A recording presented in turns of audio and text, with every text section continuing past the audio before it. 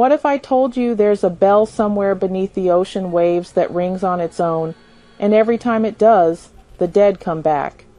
This isn't just another ghost story. This is about something far more terrifying that sailors have whispered about for centuries. Deep in the North Atlantic, where the water turns black and the currents grow strange, there lies a bell that no living person should ever hear ring. They call it the Barnacle Bell, and those who've encountered it say it's covered in so many sea creatures that it looks more like a coral reef than metal. But here's what makes your blood run cold. This bell rings without any human hand to pull it. The legend began in the 1800s, when the merchant ship Eternal Grace was caught in a storm unlike any other. As the waves towered above them like moving mountains, the captain made a desperate decision.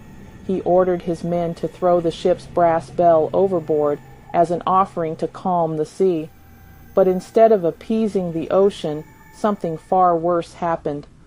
The bell sank deep, deeper than any anchor had ever gone, until it came to rest in what sailors now call the Drowned Valley.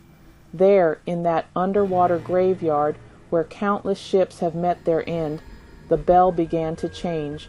Barnacles attached themselves to its surface, and something dark took residence inside its hollow chamber. Here's where the story gets truly chilling. Every time the ocean currents shift just right, the Barnacle Bell rings out across the depths, and with each haunting toll, witnesses report seeing pale figures rising from the seafloor. These aren't ordinary ghosts. They're the drowned, still wearing their waterlogged clothes, still carrying the terror of their final moments. Modern deep-sea explorers have reported sonar readings that defy explanation in that exact region. Equipment malfunctions, compasses spin wildly, and some claim to have recorded sounds that shouldn't exist in the deep ocean. The distinct bronze tone of a ship's bell echoing through the darkness. But the most disturbing part isn't the bell itself.